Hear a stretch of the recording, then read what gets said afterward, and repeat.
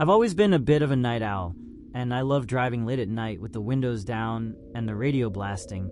But a few nights ago, I had an experience that's left me shaken to my core. I was driving home from a late shift at the diner, cruising down Highway 66, when I saw her. Standing on the side of the road, under a flickering streetlight, was a young woman, dressed in a faded white dress, looking lost and desperate. Her hair was long and dark, her eyes wide and pleading. I hesitated for a moment, but I couldn't just leave her there. So I pulled over, rolled down the window, and asked if she needed help. "Please," she whispered, her voice barely audible. "Can you take me to the next town? I'm lost, and I'm afraid." I felt a pang of sympathy for her, so I told her to hop in. As she climbed into the passenger seat, I noticed a faint, sweet scent of honeysuckle, but also a strange, metallic tang that made my stomach churn. As we drove, I tried to make small talk, but she barely responded. She just sat there, staring straight ahead, her eyes fixed on the road. I kept glancing at her, but she never looked back at me. It was like she was trapped in her own world, a world of shadows and whispers. Then it started.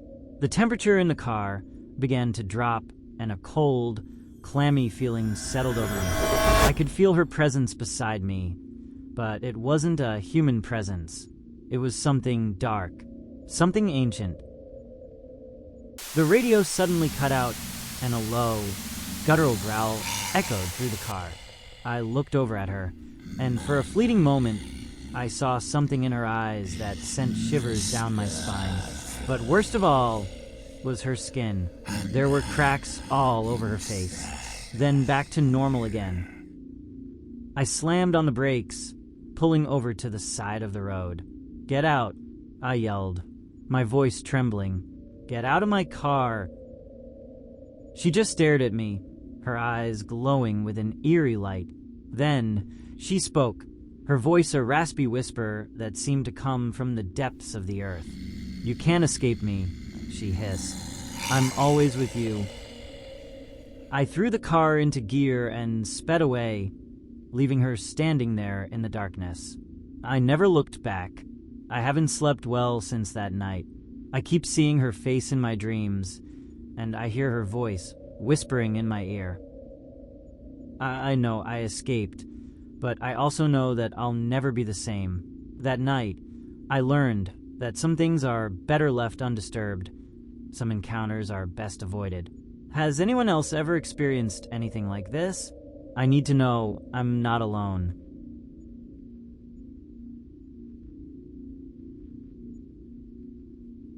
Stormzy, your story is terrifying. I've seen her too, on that same stretch of Highway 66. It was a few weeks ago, a dark night, just like you described. I was driving home from a late-night shift, and as I rounded a bend, I saw her standing under a flickering streetlight, a faded white dress shimmering in the darkness. She looked so lost, so desperate, that I couldn't ignore her. I pulled over, rolled down my window, and asked if she needed help. But as she looked at me, something in her eyes made my blood run cold.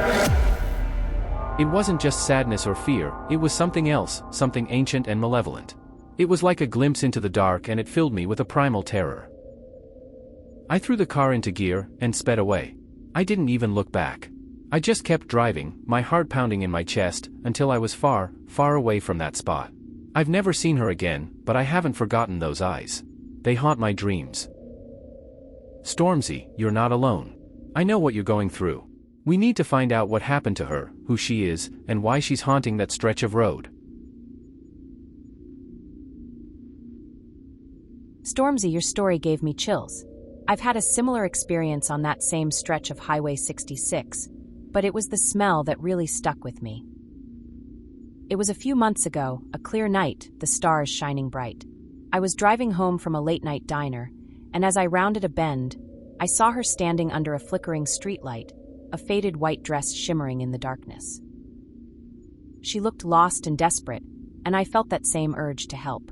I pulled over, rolled down my window, and asked if she needed a ride. As she settled into the passenger seat, I noticed that sweet scent of honeysuckle, but it was mixed with a metallic tang that made me feel nauseous. It was like the scent of fresh-cut flowers mixed with the smell of blood. It was unsettling, almost disturbing. I tried to make small talk, but she barely responded. She just sat there, staring straight ahead, her eyes fixed on the road. We drove for a while, and then she suddenly spoke. "Here it is," she said, her voice a raspy whisper. "You can leave me here."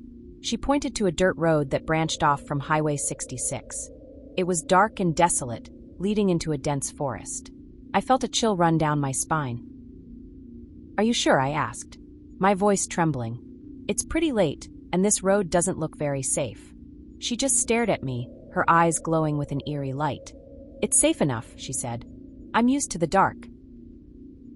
I felt a sense of unease, but I didn't want to argue with her.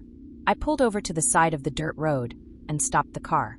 As she stepped out, I could smell the honeysuckle and the metallic tang even stronger. It was like a physical presence, a tangible reminder of something dark and ancient. I watched as she disappeared into the darkness, the scent of honeysuckle fading with her. I threw the car into gear and sped away, leaving her standing there in the shadows. I never looked back. I haven't seen her since, but I still drive Highway 66. It's a beautiful road, but it's also a haunted one. I've been trying to find out more about her, about why she's there, but I haven't found anything.